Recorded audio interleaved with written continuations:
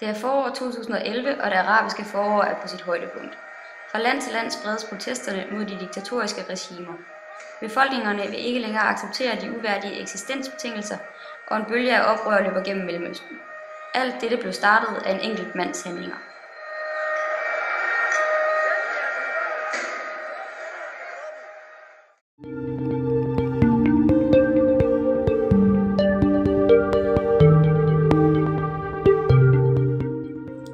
Den 17. december 2010 vælger Mohamed Bouazizi, en ung tunesisk mand, at sætte ild til sig selv i protest mod det tunesiske styre. Gennem længere tid er han blevet chikaneret og ydmyget af politiet, og da han fratages muligheden for at sælge frugt og grønt i hjembyen Sidi Bouzid, tager han ekstreme midler i brug.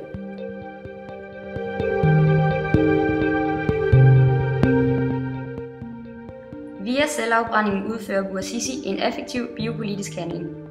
I kampen for den individuelle værdighed samt frihed og demokrati i Tunesien bruger Bouazizi sin krop som et biopolitisk våben, og på denne måde bliver Bouazizi med Banu Bagous ord et såkaldt human weapon.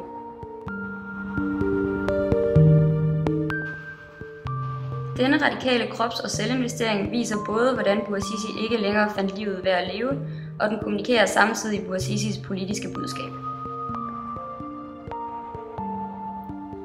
Dette budskab får mulighed for at cirkulere takket være globaliseringens og mediernes eksistens.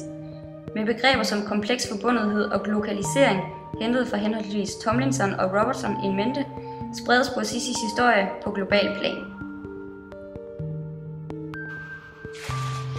Her spiller medierne en vigtig rolle, da de indskriver Bouazizi i en vis heltediskurs, hvorved de i højeste grad er med til at påvirke synet på Bouazizi.